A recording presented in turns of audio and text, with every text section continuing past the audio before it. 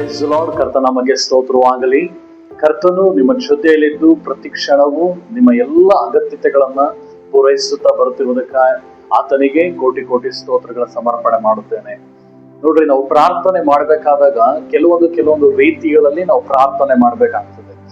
ಕೆಲವೊಂದು ಜಾಗಗಳಲ್ಲಿ ನಾವು ವಿಜ್ಞಾಪನೆ ಮಾಡ್ಬೇಕಾಗ್ತದೆ, ಇನ್ನು ಕೆಲವೊಂದು ಜಾಗಗಳಲ್ಲಿ ಗದರಿಸಿ ಪ್ರಾರ್ಥನೆ ಮಾಡ್ಬೇಕಾಗ್ತದೆ, ಇನ್ನು ಕೆಲವು ಜಾಗಗಳಲ್ಲಿ ಕೆಲವೊಂದು ವಿಷಯಗಳಿಗೆ ಉಪವಾಸವಿದ್ದು ಪ್ರಾರ್ಥನೆ ಮಾಡ್ಬೇಕಾಗ್ತದೆ, ಇನ್ನೊಂದು ಕೆಲವು ಜಾಗಗಳಲ್ಲಿ ಆರಾಧನೆಯೊಟ್ಟಿಗೆ ಪ್ರಾರ್ಥನೆ ಮಾಡ್ಬೇಕಾಗ್ತದೆ. ಅದರಲ್ಲಿ ಒಂದು ಕಾರ್ಯಗಳನ್ನ ನಾವು ನೋಡ್ಕೊಳ್ಳೋಣ.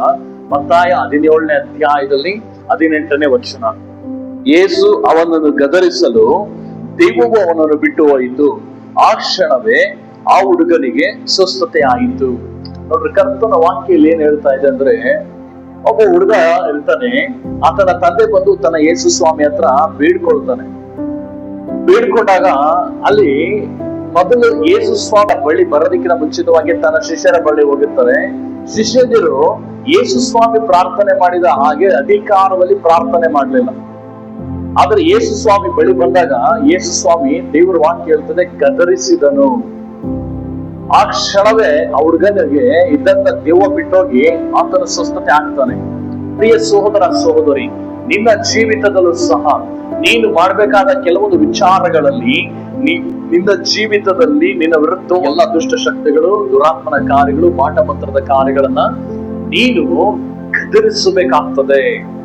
ದೇವರ ಸಮ್ಮುಖದಲ್ಲಿ ನಿನಗೇನಾದ್ರೂ ಅವಶ್ಯಕತೆಗಳು ಬೇಕು ಅಂದ್ರೆ ವಿಜ್ಞಾಪನೆ ಮಾಡ್ಬೇಕಾಗ್ತದೆ. ಕೆಲವೊಂದು ವಿಚಾರಗಳು, ಕೆಲವೊಂದು ಕಾರ್ಯಗಳು, ಕೆಲವೊಂದು ಶಾಪಗಳನ್ನ ನಾವು ಮುರಿಬೇಕಂದ್ರೆ ಉಪವಾಸದ ಪ್ರಾರ್ಥನೆ ಮಾಡಬೇಕಾಗ್ತದೆ. ಆದರೆ ನಿನ್ನನ್ನು ಬಾಧಿಸುವ ದುಷ್ಟಾತ್ಮನನ್ನ, ನಿನ್ನನ್ನು ಬಾಧಿಸುವ ರೋಗವನ್ನ, ನಿನ್ನನ್ನು ಬಾಧಿಸುವಂತ ಎಲ್ಲಾ ಬಾಧೆಗಳನ್ನ ತರುವಂತ ಸೈತಾನನನ್ನ ನೀನು ಗದರಿಸಬೇಕಾಗ್ತದೆ. ಕೆಟ್ಟ ಆಲೋಚನೆಗಳು ಬರುವಾಗ ಅದನ್ನ ಗದರಿಸಬೇಕಾಗ್ತದೆ.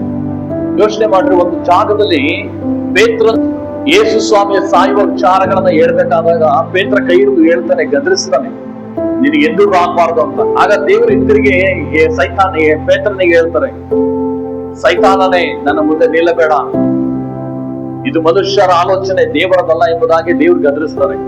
ಕೆಟ್ಟ ಆಲೋಚನೆಗಳು ಬರುವಾಗ, ಕೆಟ್ಟ ಪಾಪಗಳ ಆಲೋಚನೆಗಳು ಬರುವಾಗ, ಇನ್ನೊಬ್ಬರಿಗೆ ಕೇಡಗಳನ್ನು ಉಂಟು ಮಾಡುವಂತೆ ಪ್ರೇರೇಪಣೆಗಳಾಗುವಾಗ, ವ್ಯಭಿಚಾರದ ಆಲೋಚನೆಗಳು ಬರುವಾಗ, ಇನ್ನೊಬ್ಬರ ಆಸ್ತಿ ಪಾಸ್ತಿಗಳನ್ನ ಆಸೆ ಪಡುವಂತ ವಿಷಯಗಳು, ದೇವರಿಗೆ ಇಷ್ಟ ಇಲ್ಲದ ಕಾರ್ಯಗಳನ್ನ ಯೋಚನೆ ಮಾಡುವಂತದನ್ನ ಯೇಸು ಕ್ರಿಸ್ತನ ನಾಮದಲ್ಲಿ ನಾವು ಗದರಿಸುವಾಗ ಅದು ಬಿಟ್ಟು ಹೋಗ್ತದೆ. ನಿನ್ನ ಜೀವಿತವನ್ನ ಬಿಟ್ಟೋಗ್ತದೆ, ನಿನ್ನ ಬದುಕನ್ನ ಬಿಟ್ಟೋಗ್ತದೆ. ನಿನಗೆ ತೊಂದರೆ ಪಡಿಸುವಂತ ಆತ್ಮವನ್ನು ಗದರಿಸುವಾಗ ಅದು ಬಿಟ್ಟೋಗ್ತದೆ. ಯಾಕೆಂದ್ರೆ ಕರ್ತನು ನಿನ್ನ ಜೊತೆಲಿದ್ದಾನೆ. ದೇವರ ವಾಕ್ಯವನ್ನು ಹಿಂಬಾಲಿಸಿ ನೀವು ಸತ್ಯವನ್ನ ತಿಳಿದುಕೊಂಡಾಗ ಸತ್ಯವು ನಿಮ್ಮನ್ನ ಬಿಡುಗಡೆ ಮಾಡುತ್ತದೆ. ನಾವು ಯಾವ ರೀತಿ ಮಾಡಬೇಕು, ಯಾವ ರೀತಿ ಸತ್ಯವಾಗಿದೆ ನೀವು ತಿಳಿದುಕೊಳ್ಬೇಕಾಗ್ತದೆ. ಇನ್ನು ಮುಂದೆ ಪ್ರಾರ್ಥನೆ ಮಾಡೋಣವಾ? ಕಡೆಗಳನ್ನು ಮುಚ್ಚಿ ಕರ್ತನ ಸಮ್ಮುಖದಲ್ಲಿ ಹೇಳೋಣ. ಕರ್ತನೆ ಸ್ತೋತ್ರ ಅಪ್ಪ, ನೀವು ನಮಗಾಗಿ ಇಟ್ಟಿರುವ ಅಧಿಕಾರಗಳಿಗಾಗಿ ಸ್ತೋತ್ರ. ಕರ್ತನೆ, ಯಾರೆಲ್ಲ ತಲೆಗಳನ್ನ ಬಾಗಿ ತಮ್ಮನ್ನು ಒಪ್ಪಿಸಿಕೊಡ್ತಾ ಇದ್ದರು, ಅವರ ಜೀವಿತದಲ್ಲಿ ಕೆಲಸ ಮಾಡುತ್ತಿರುವಂತ ಎಲ್ಲಾ ರೋಗ ವ್ಯಾಧಿ ಬೇನೆಗಳು ಯೇಸುವಿನ ನಾಮದಲ್ಲಿ ಬಿಟ್ಟೋಗುವಂತೆ ಆಜ್ಞಾಪಿಸ್ತಾ ಇದ್ದೀನಿ. ಎಲ್ಲ ಅನಾರೋಗ್ಯವನ್ನು ಬಿಟ್ಟೋಗುವಂತೆ ಆಜ್ಞಾಪಿಸ್ತಾ ಇದ್ದೀನಿ. ಎಲ್ಲ ದುಷ್ಟ ಶಕ್ತಿಗಳು, ದುರಾತ್ಮನ ಕಾರ್ಯಗಳು, ಎಲ್ಲ ಸರ್ಪದ ಬಲಗಳು, ಮಾಟ ಮಂತ್ರದ ಕಾರ್ಯಗಳು ಯೇಸುವಿನ ನಾಮದಲ್ಲಿ ನಿರ್ಮೂಲನೆ ಆಗದು ಬಿಟ್ಟೋಗುವಂತೆ ಅಪ್ಪಣೆ ಕೊಡ್ತಾ ಇದ್ದೀನಿ. ದೇವರ ದೇಹಗಳನ್ನ ಬಾಧಿಸುತ್ತಿರುವಂತ ನರಕದ ಆತ್ಮಗಳನ್ನ ಯೇಸುವಿನ ನಾಮದಲ್ಲಿ ಬಿಟ್ಟೋಗುವಂತೆ ಅಪ್ಪಣೆ ಕೊಡ್ತಾ ಇದ್ದೀನಿ.